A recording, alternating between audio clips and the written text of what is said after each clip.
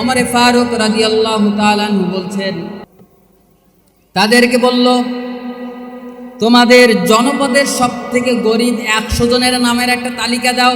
কতজন? 100 জনের একটা তালিকা পেশ করো। তারা 100 জনের একটা তালিকা পেশ করলো।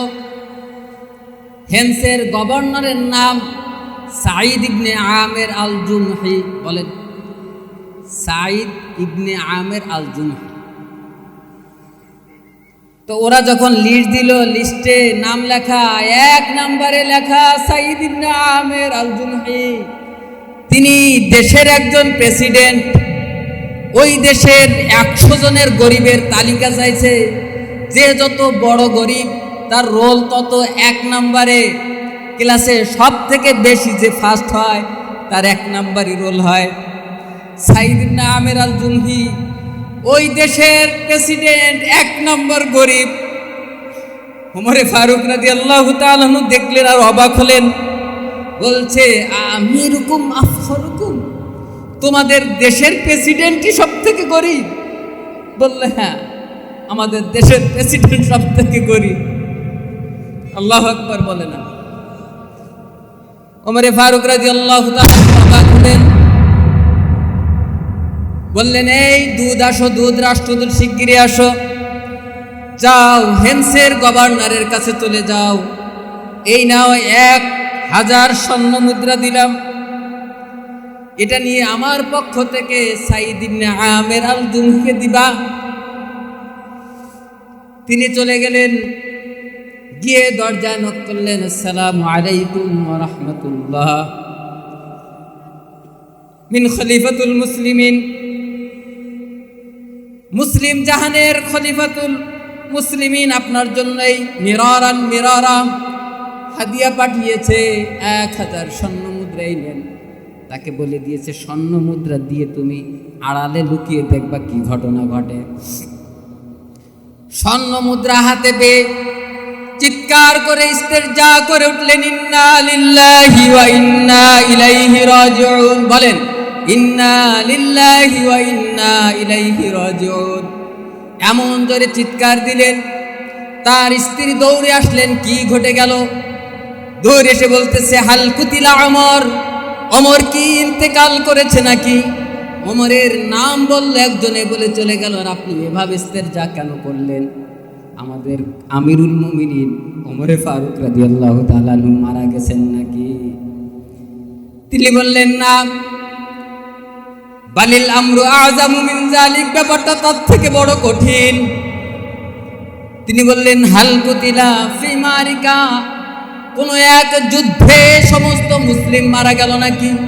কয়, না না, বালিল আমরু আযামু মিন যালিক, ব্যাপারটা তার থেকে আরো বেশি কঠিন।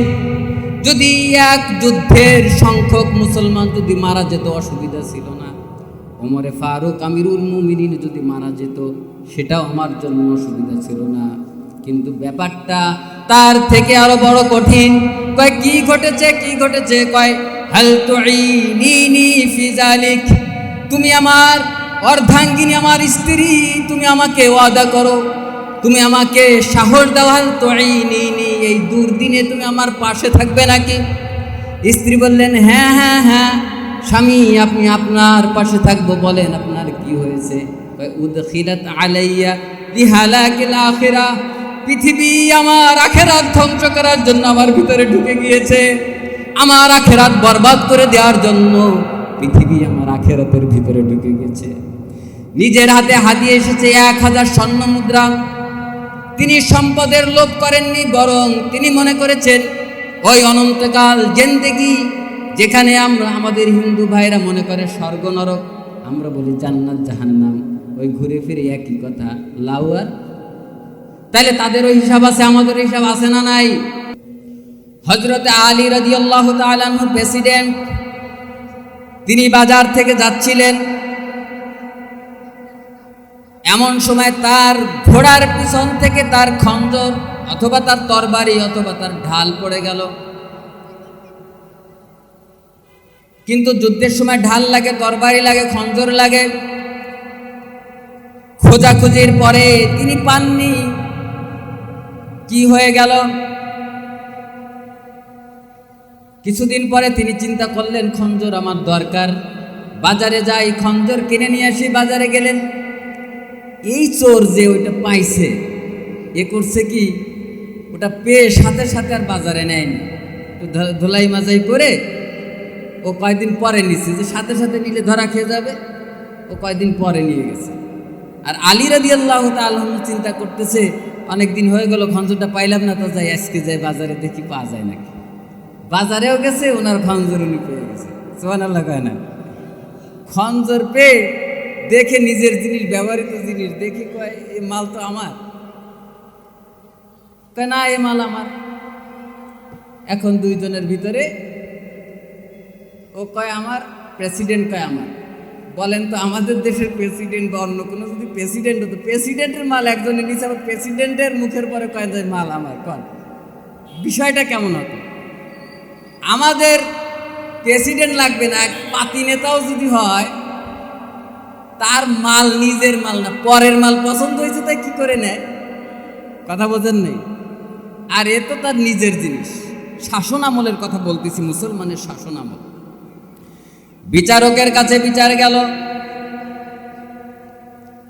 একজন প্রেসিডেন্ট বিচারের কাজ গড়ায় দাঁড়ালেন, আর একজন অমুসলিম দাঁড়ালেন। এই অমুসলিম বলতেছে খঞ্জর আমার, তিনি দেশের প্রেসিডেন্ট, সে গার জোরে সেই খঞ্জর নিতে চায়। নাউজুবিল্লাহ বলেন। আসলে খঞ্জর কার? আলী রাদিয়াল্লাহু তাআলা আনহু। বিচারক জিজ্ঞাসা করলেন আপনার কোনো সাক্ষী আছে নাকি খঞ্জর আপনার কাছে? হ্যাঁ আছে। এই খঞ্জর আমি ব্যবহার করতাম, এর সাক্ষী আছে? কে? কয় আমার ছেলে। কয় নিজের রক্তের সম্পর্কের সাক্ষী গ্রহণ করা হবে না। বিচারক বলতেছে প্রেসিডেন্টকে। এই কথা যদি আমাদের কালামানিক বলতো হাসিনারে, তাহলে কি হতো? এরকম আছে স্বাধীনতা?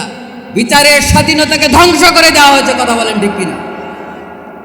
বিচার ব্যবস্থা এমন ছিল, দেখেন একজন রাষ্ট্রের প্রেসিডেন্ট কি বিনয়ের সাথে বলতেছে খঞ্জর আমার, আর মানিক কয় যে না, হবে না, সাক্ষী লাগবে, রক্তের কোনো সাক্ষী গ্রহণ করা হবে না। আর একজন সাক্ষী আছে, কে? আমার গোলাম। গোলামের সাক্ষী গ্রহণ করা হবে না। তাইলে কি হবে? কইলে তাহলে আপনি ফেল। জিতে গেল কেটা? কয় অমুসলিম, ইহুদি জিতে গেছে। খঞ্জর আপনার নয়, খঞ্জর যার কাছে সেই মালিক, মাল যার তার। কয় পড়ে পাইছি, ধরে নিছি। তোর কি পড়ে পাইছে? ধরে নিছি। আলী রাদিয়াল্লাহু তাআলা মুস্কি হাসলেন। কিচ্ছু করার নাই, বিচার ব্যবস্থার স্বাধীনতা। তিনি যখন চলে যাচ্ছিলেন, ইহুদি কেঁদে দিলেন, দাঁড়ান দাঁড়ান খলিফাতুল মুসলিমিন, যাবেন না, যাবেন না। আমি অদ্ভুত হয়ে গেলাম, এ কেমন ইসলাম? এ কেমন ইসলাম? একজন দেশের প্রেসিডেন্ট, কিচ্ছু বলার দরকার ছিল না, রাজমহল পর্যন্ত বিচার ব্যবস্থায় যেতে হতো না। ওই বাজারের মধ্যে জনগণের সামনে যদি আমাকে এক থাপ্পড় দিয়ে কান দিয়ে রক্ত বের করে দিতেন, আমার মতো সংখ্যালঘুর কিচ্ছু করার ছিল না। ইসলাম থেকে আমি অবাক হলাম। বিচারের কাঠগড়ায় আপনি আসলেন, আবার আপনি হেরেও গেলেন, এরপরও মুস্কি হাসি দিয়ে চলে যাচ্ছেন। এ কেমন ধর্ম, কেমন বিচার ব্যবস্থা? আর আমরা কোন পথে আছি? আমি আজকে সাক্ষ্য দিলাম, লা ইলাহা ইল্লাল্লাহু মুহাম্মাদুর রাসূলুল্লাহ। ইসলাম গ্রহণ করে নিলেন। এ হচ্ছে মুসলমানের শাসন আমল। অনেক দূরে যেতে হবে না, ইন্ডিয়ান সাবকন্টিনেন্ট মুসলমানরা 550, আর অন্য দিক দিয়ে টোটাল কন্টিনেন্ট শাসন করেছে মুসলমান 850 বছর। আমরা যদি এরকম বলতাম, আমরা মাঝে মধ্যে ভিডিওতে দেখি আমাদের মুসলমান ভাইদেরকে, ওপারের মানুষের না, সবার কথা বলছি না, এক ধরনের উগ্র কিছু লোক আছে, জোর করে ঘেটি ধরে ধরে রাম শ্রীরাম পড়িয়েছে। কথা বলেন ঠিক কিনা? এমন আচরণ কোনোদিন আমাদের থেকে হবে না। বাদশাহ জাহাঙ্গীরের নাম আপনারা শুনেছেন। বাদশাহ জাহাঙ্গীরের কাছে এসে এক বৃদ্ধ মহিলা ও মুসলিম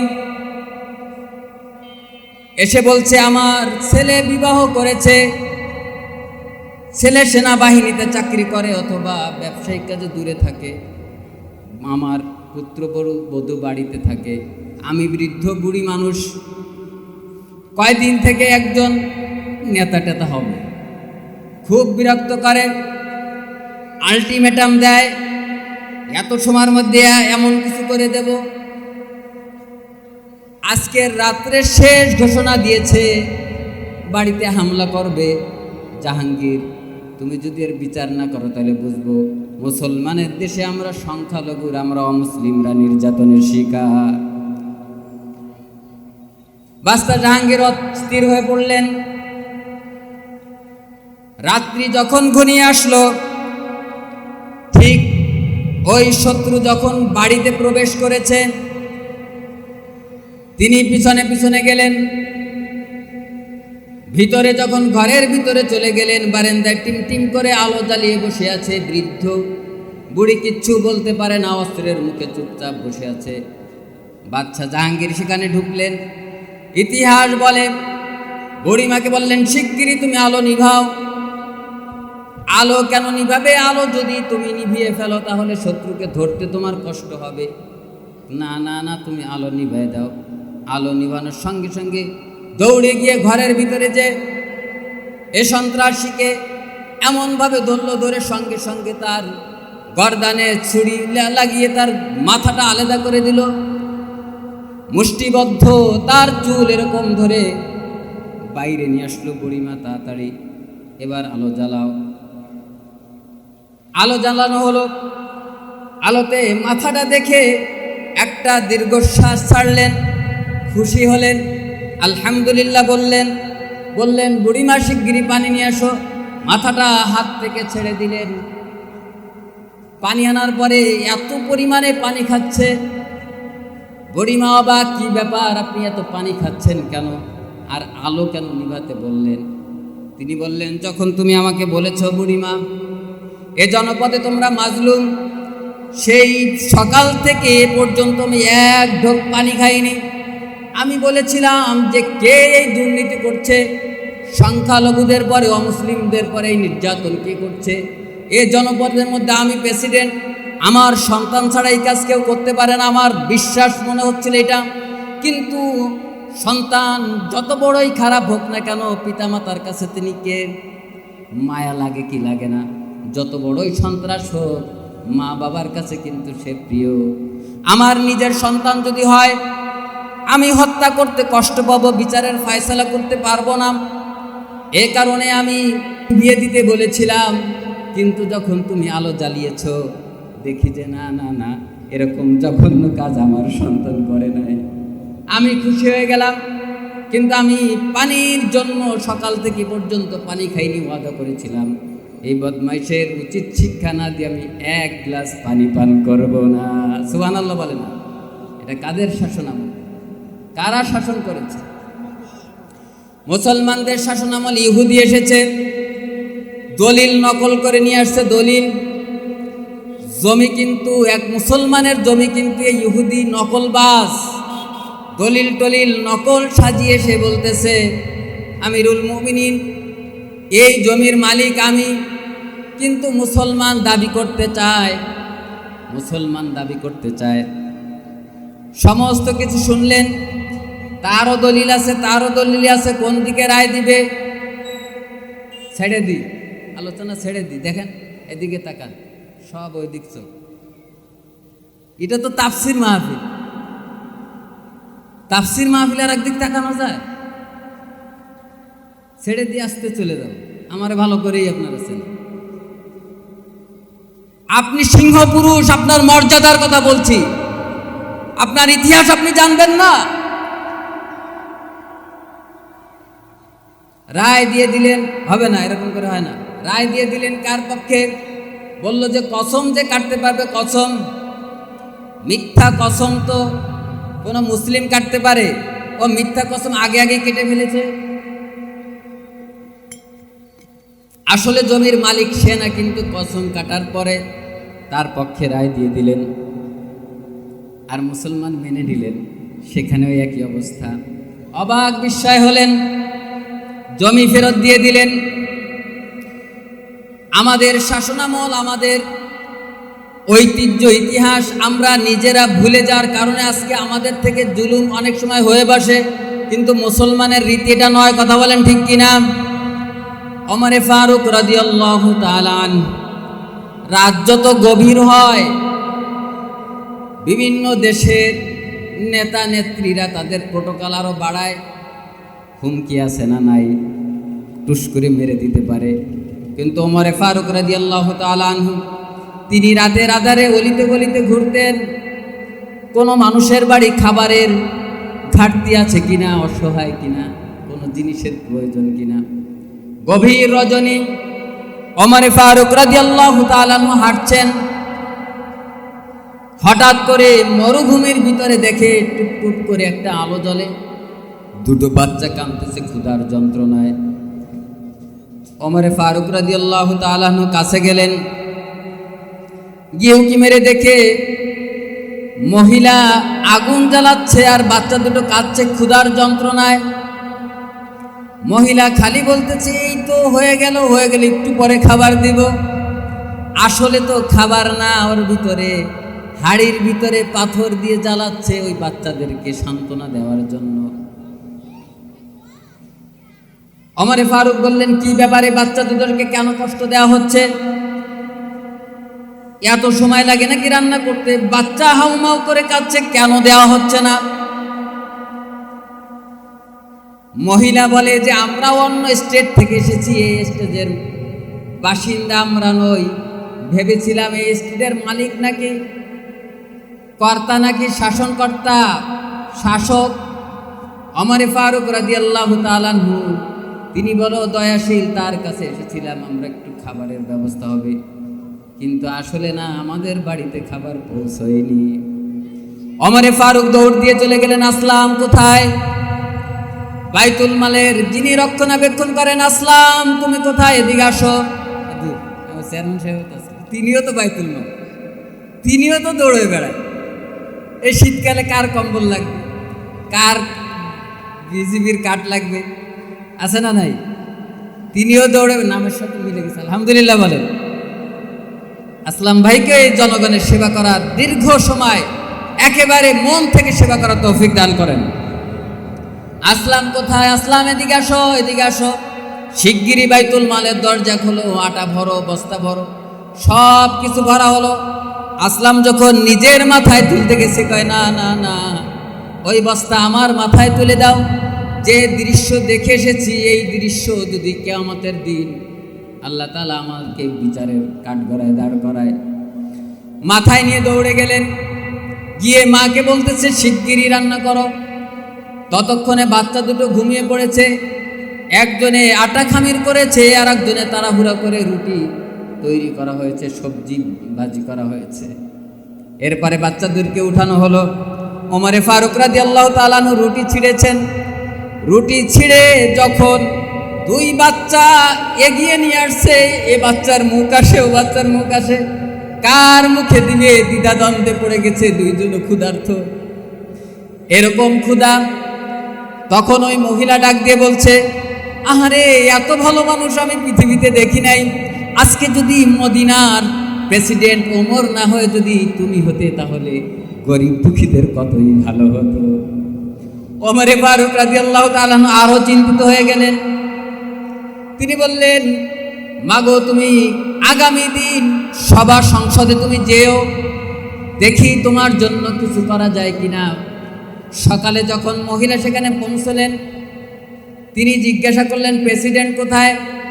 একজনে বললেন, ওই যে মসজিদে বসে আছে, এখন সভাসদে বসবেন। ওই নাকি প্রেসিডেন্ট? ওই, কয় হ্যাঁ ওই যে। তাকিয়ে দেখে গত রাত্রে তার বাড়িতে যে মাথায় করে খাদ্য নিয়ে গেছিল, তিনিই হচ্ছে প্রেসিডেন্ট। ভয় পেয়ে গেছে, হায় রে, কেমন কথা বললাম আমি, আমার যদি এখন শাস্তি হয়। দৌড়ে পালাতে গেছে। উনি দেখে ফেলেছেন, এই দাঁড়াও দাঁড়াও, কই যাও?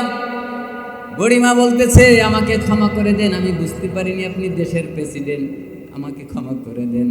ওমরে ফারুক রাদিয়াল্লাহু তাআলা আনহু বললেন, কি বলেন আপনি?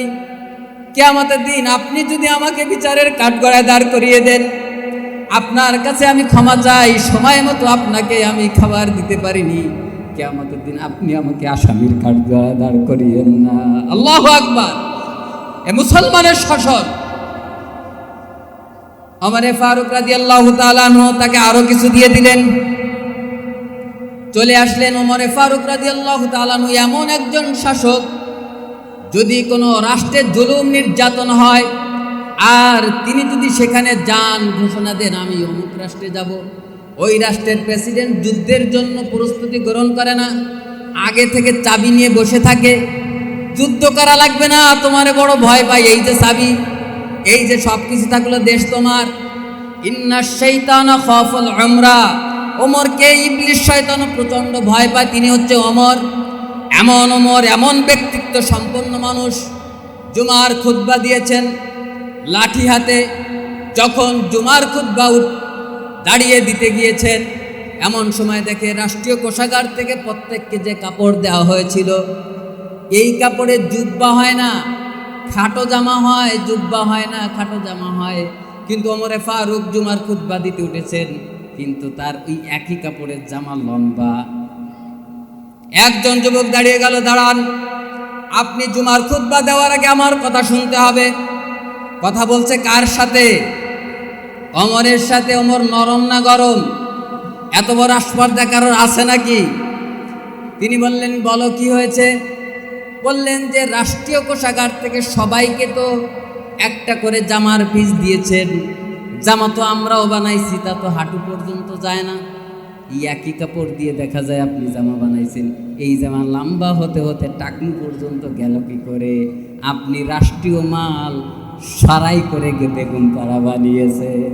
নাউজুবিল্লাহ বলে না, রাষ্ট্রীয় মাল আত্মসাৎ করেছেন নাকি? ওমরে ফারুক অবাক হয়ে গেলেন, বলে কি রে? ওমরের সামনে দাঁড়িয়ে কথা বলছে। ওমর হতভম্ব। ওমরের ছেলে রাদিয়াল্লাহু তাআলা আনহু আব্দুল্লাহ রাদিয়াল্লাহু তাআলা আনহু বললেন, আপনাকে উত্তর দিতে হবে না, আপনি যদি অনুমতি দেন উত্তরটা আমি দেই।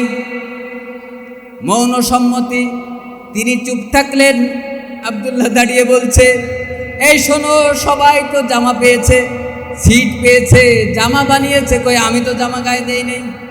আমার টুকরাটা আর আমার বাবার টুকরাটা, বাবার দেহ বড়, তিনি যদি অল্প করেও বানাতেন তার ওই হাঁটু পর্যন্ত হয়তো যেত না, এই জন্য আমার টুকরাটা আমার আব্বাকে দিয়েছি, দুই টুকরা একত্রিত করে জুব্বা বানিয়েছে। ওমরে ফারুক রাদিয়াল্লাহু তাআলা কষ্ট পাননি। তিনি বললেন, হ্যাঁ যুবক, তোমার মতোই তো যুবক দরকার। যত বড় ক্ষমতাধর প্রেসিডেন্ট হোক না কেন, অন্যায় করলে তার প্রতিবাদ করতে হবে, এটা মুসলমানের কাজ। কথা বলেন ঠিক কিনা? ওমরে ফারুক রাদিয়াল্লাহু তাআলা এভাবে শাসন করেছেন, ঘোষণা দিয়েছেন যে আমার জনপদে যদি মানুষ নয়, একটা খাচ্ছর, একটা গরু যদি হোঁচটকে পড়ে, একটা খাচ্ছর যদি না খেয়ে মরে, আমি ওমরে ফারুক রাদিয়াল্লাহু তাআলা কিয়ামতের দিন আল্লাহর কাছে জবাবদিহি করতে হবে। শাসনামল, মুসলমানের শাসনামল, পাশুকুল, সমস্ত পশুরাও তার অধিকার পেয়েছে, অমুসলিম তার অধিকার পেয়েছে, মুসলিমরা তার অধিকার পেয়েছে, জুলুমকে নিঃশেষ করে দিয়েছে, মানুষ ক্ষুধা দরিদ্র দূরীভূত হয়ে গেছে। শাসনামল ঘাড়ে বাঁধাইছে, এক লোক টোপলাই করে কিছু টাকা নিয়ে ঘুরতেছে, জাকাতের পয়সা দিবে। তার দেশে এই জাকাত ভিত্তিক অর্থনীতি থাকার কারণে গরিব আর নাই। এখন কি করবে? ওই টাকা নিয়ে ঘরে ঘরে ঘরে ক্লান্ত এক গাছের নিচে বসছে। হঠাৎ করে এক দেখে বড় এক বস্তা ঘাড়ে বাঁধানো, সে ওইরকম দেখতে মুসাফিরের মতোই এসে ওই গাছের গোড়ায় দাঁড়াইছে। কারে বাপুরে, তোমারে পাইছি, আমি এই 3 দিন পর্যন্ত এই টুকলা নিয়ে ঘুরি, জাকাত দেওয়ার একজন ফকির পাই না, একটা গরিব পাই না, আজকে তোমারে পাইছি। তুমি করো মিয়া 3 দিন, আর আমি করতেছি 7 দিন, বস্তা ভরা টাকা মিয়া, আমি তো গরিব পাই না যে গরিবকে টাকা দেব, তুমি আমারে টাকা দিতে আইছো। মুসলমানের শাসনামল, সুদ ভিত্তিক অর্থনীতিতে কোনোদিন গরিবের ফায়দা হবে না। সুদ ভিত্তিক অর্থনীতিতে গরিবের থেকে পয়সা নিয়ে বড় লোকরা আরো দেয়। আর জাকাত ভিত্তিক অর্থনীতি, গরিবের বড় লোক থেকে নিয়ে গরিবদেরকে দেয়, সুবহানাল্লাহ। তাহলে আমরা সুদ ভিত্তিক অর্থনীতি চাই না, জাকাত ভিত্তিক চাই। আবু বকর রাদিয়াল্লাহু তাআলা আনহু একটা দুইটা তিনটা না 12টা, কয়টা দোকান, কয়টা 12টা, কোন দিক দিয়ে ঘুল্লি দিয়ে কোথায় যাও, ঘুরে ফিরে আবু বকর রাদিয়াল্লাহু তাআলা আনহুর দোকানেই ঢোকা লাগবে। এমন একজন ব্যবসায়ী যখন প্রেসিডেন্ট হয়ে গেলেন, ক্ষমতার মসনদে বসলেন। আমাদের মুসলমানদের অবস্থা এরকম, যখন ক্ষমতা পায় না তখন সে থাকে গরিব, আর যখন ক্ষমতা পেয়ে যায় তখন সে হয়ে যায় কি, কথাটা কি সত্য? যখন ক্ষমতায় থাকে না তখন হয় ধনী, আর যখন ক্ষমতায় চলে যায় তখন কি হয়, গরিব হয়ে যায়। আবু বকর রাদিয়াল্লাহু তাআলা আনহু ক্ষমতার মসনদে বসলেন, দোকানগুলো আস্তে আস্তে সবগুলো মানুষের কল্যাণে ব্যয় করে দিলেন। এরপরে সংসার কিভাবে চলবে, খুবই দুর্বিষহ অবস্থা। এমন সময় রাষ্ট্রীয় কোষাগার থেকে তাকে কিছু ভাতা দেওয়া শুরু করা হলো, যে মাসে এত কেজি গম অথবা এত কেজি আটা দিলে তার সংসার চলে যায়, বা চাউলে সংসার চলে যায়। আবু বকর রাদিয়াল্লাহু তাআলা আনহু একদিন খেতে বসেছে, হঠাৎ করে ফ্রিজে দেখে ফিন্নি, কি জিনিস, ফিন্নি অথবা সিন্নি, মিষ্টি জাতীয়। তিনি অবাক হয়ে গেলেন, এ চাউল পাইল কোথায়? আমি যে কোষাগার থেকে হিসাব করে চাউল আনি তাতে তো শুধু সংসার টানে মানে চলার কথা, ফিন্নি রান্নার মতো তো আমি চাউল কিনে দেইনি, এ চাউল আসলো কোত্থেকে, কোথায় পেয়েছো? একজন প্রেসিডেন্টের স্ত্রী বলতেছে, আপনি যে প্রত্যেক মাসের জন্য 30 কেজি বা 40 কেজি বা 50 কেজি যে চাউল আনেন, সেখান থেকে মুষ্টি করে রেখে রেখে রেখে আমার বাচ্চা দুটো খাওয়ার জন্য অনেক দিন থেকে বায়না করেছে, একটু ফিন্নি খাবে, একটু মিষ্টি খাবে, দিতে পারি না। মা, আমি কষ্ট হয় তাদের মুখে একটু ফিন্নি তুলে দিতে পারি না, তাই আমাদের খাবার থেকে এক মুষ্টি করে রেখে রেখে এতটুকু চাউল আমি সংগ্রহ করেছি, তাই দিয়ে আজকে ফিন্নি রান্না করেছি। আবু বকর রাদিয়াল্লাহু তাআলা আনহু চোখ গরম হয়ে গেল, দৌড়ে চলে গেলেন কোষাগারে। এই কোষাগারের রক্ষণাবেক্ষক, শোনো, আগামী মাস থেকে আমাকে যে চাউল দিবা তার থেকে 1 কেজি কম দিও, আমার এত চাউল লাগে না, এতটুকু কম হলে আমার সংসার চলে যায়। একজন প্রেসিডেন্টের ঘরের অবস্থা এই। আজকের সমাজেও প্রেসিডেন্ট রয়েছে, নাউজুবিল্লাহ বলে না। এ হচ্ছে মুসলমানের শাসন ব্যবস্থা। উসমান রাদিয়াল্লাহু তাআলা আনহু তিনি মুসলিম হওয়ার আগেও শিল্পপতি, পরেও শিল্পপতি। অগাধ সম্পত্তির মালিক কে? উসমান রাদিয়াল্লাহু তাআলা আনহু। তিনি যখন ক্ষমতার মসনদে বসলেন, আস্তে আস্তে আস্তে আস্তে আস্তে আস্তে করে করে এই উসমান এত বড় শিল্পপতি ফকিরে পরিণত হয়ে গেছে।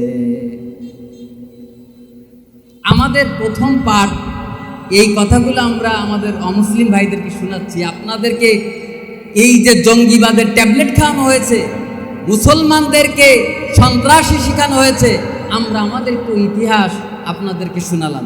এরপরে আমরা মৃত্যুর দিকে চলে যাব। চেয়ারম্যান সাহেবের সন্তান মারা গেছে, গতকালে আমাদের এক ভাগ্নে মারা গেছে, আবু তালেব সাহেব মারা গেছে, তাদের জন্য কথা হবে। আমরা এইটুক বলে ওদিকে যাব।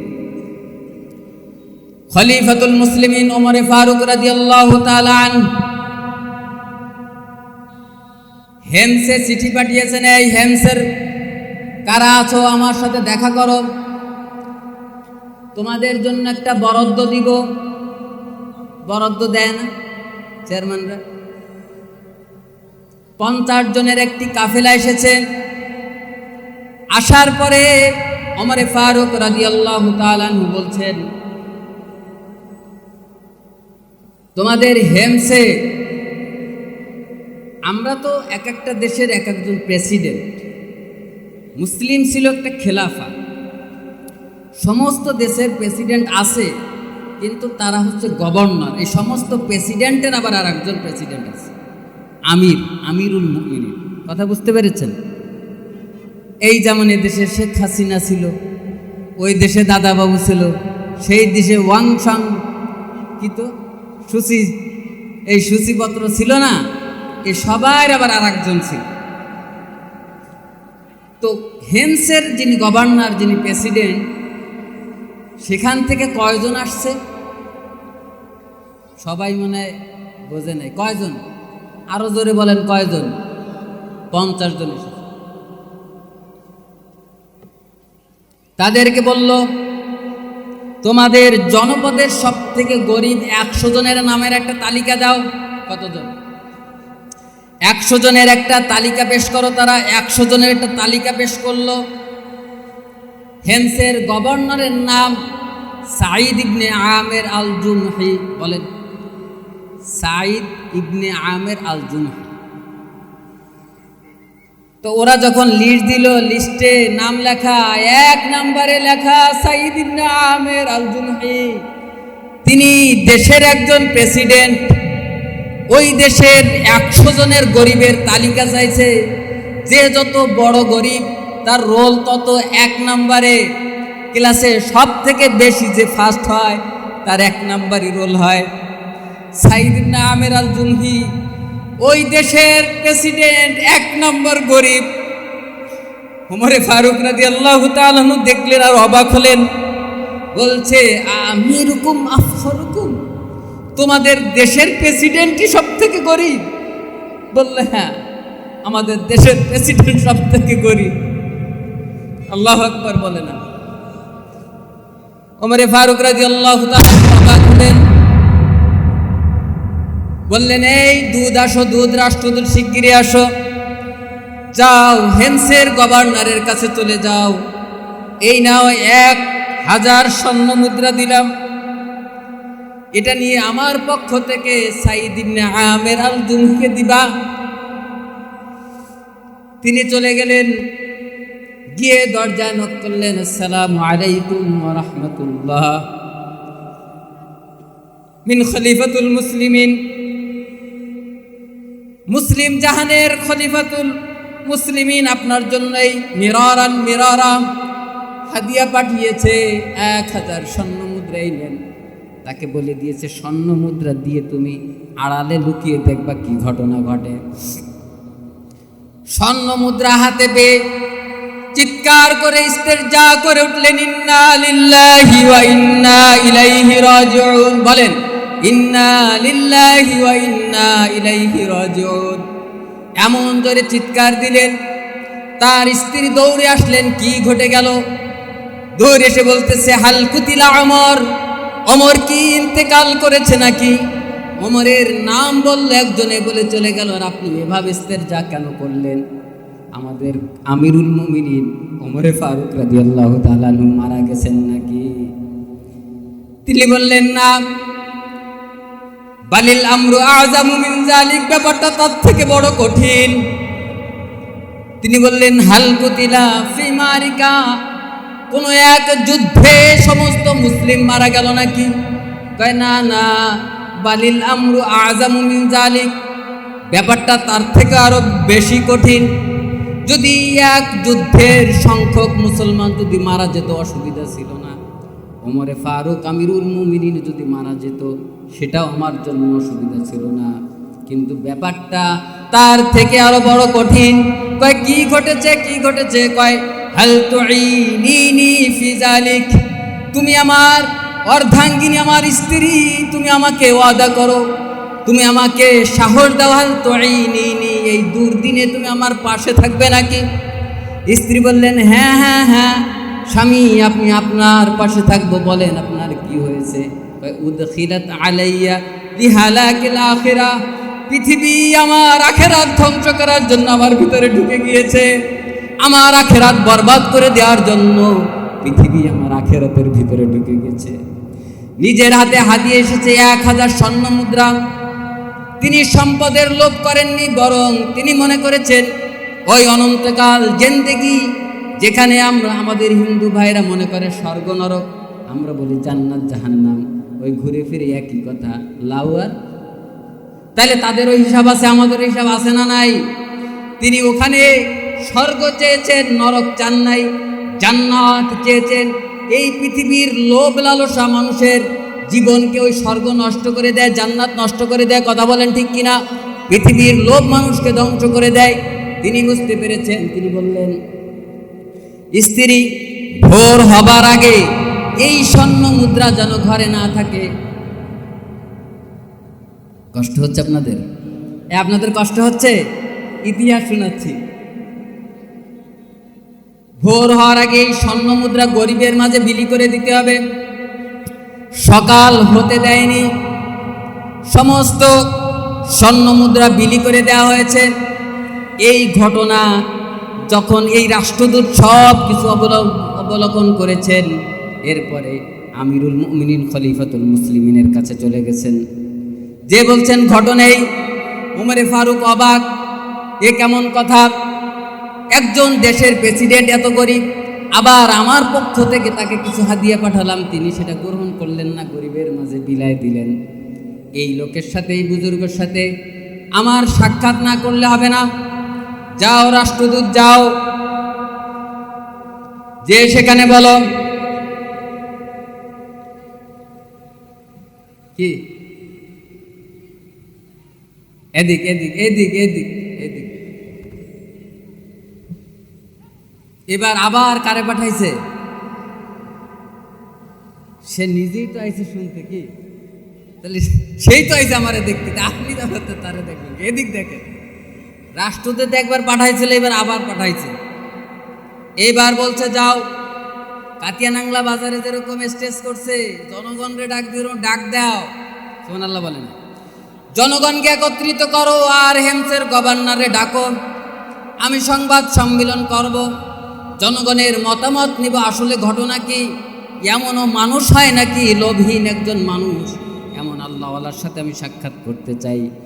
ওমরে ফারুক রাদিয়াল্লাহু তাআলা আনহু খলিফাতুল মুসলিমিন গেলেন, বসেছে এরকম, পাশে বসেছে হেমসের গভর্নর সাঈদ ইবনে আমের আল জুমহি।